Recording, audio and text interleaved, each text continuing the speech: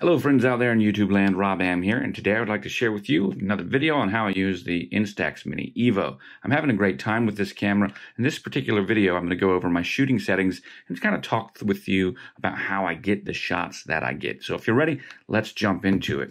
First thing I want to talk about right now is just a couple of my favorite shots that I've taken so far and tell you a little bit about them. Getting a nice portrait shot like this sunset here. It's been snowing in Virginia Beach over the past couple of weeks. Hey, it's a nice little shot. There's a lot of fun right here. This was printed in the rich print mode. Also, I exposed for the sky. This could make for a really cool silhouette if someone was actually standing here kissing or something like that. Snow on the ground, sunset, beautiful sky. I like it. Continuing on right there, we're great for portraits. Now, we haven't had any really sunny days here in Virginia Beach, but check the portrait out. This is a nice shot right here.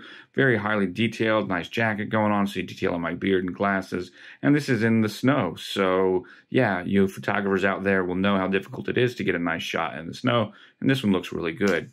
Continuing on there, I got another shot of one of these horses. I just thought this was neat. You can see the barbed wire in the front. This is actually taken on that 28mm lens with the reflection of the horse in the water down below.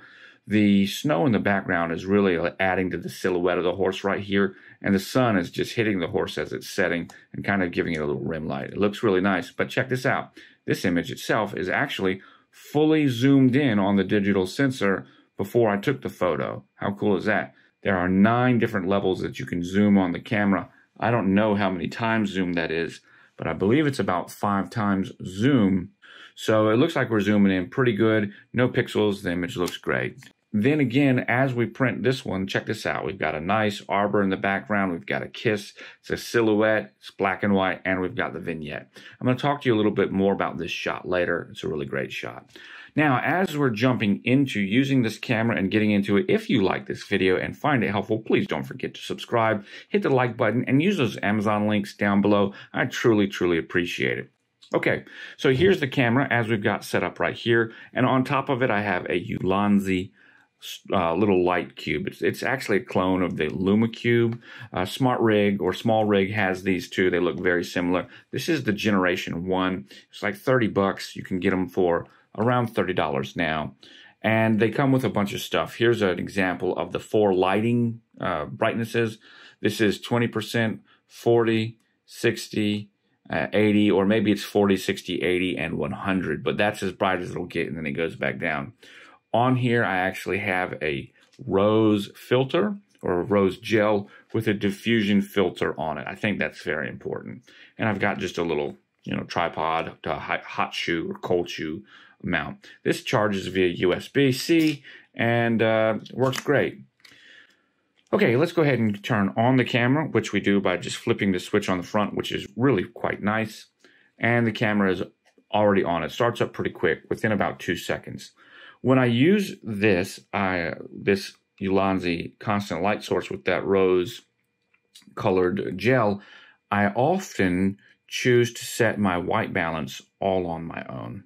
So in this instance, I will set, in my case here, an incandescent white balance as opposed to any of these other halogen or fluorescent white balances, shade or fine. Now, when you're looking at this, you might notice and see that you prefer the look of the background, which in this case is kind of an orange beach scene that I took with my drone of Virginia Beach from Rudy Inlet. But the reason that I choose incandescent is because I'm also going to photograph with this light right here. And once it turns on, you'll see how it brightens everything. If I take this picture now, you'll see that it gets a really great white balance. And I make sure that I change my white balance for the setting that I'm going to be using. That's very important. I generally keep the macro settings set to on because it doesn't seem to impact at all the speed at which I photograph. I also tend to keep forced flash on. Now, I'll turn flash off if I need to, but generally speaking, I keep it on. I like to use, let me turn that off. I like to use the constant lighting as well as the on-camera flash. This little flash actually is very helpful, and it's even more helpful in bright light than you would expect. Now, we could talk a lot about the camera as far as the sensor and the lens used. But the thing that actually surprised me most about the camera is how good this LED flash was. I was originally upset that we didn't have something like a xenon flash, but I think the LED flash was the way to go here. For me, I have found that my skin tones improve quite a bit on dark skin and light skinned individuals when using this rose filter with the rose gel with the diffusion filter and the flash. It seems to work really well. So that's why I suggest to keep the flash on. Turn it off if you need to, but keep it on. I don't tend to use the self timer unless it's necessary because of me wanting to do a selfie, right? So I'll do that with my family. And generally speaking, I will actually keep my exposure compensation to minus about 2/3. Sometimes I'll go to 1 stop or more. That depends.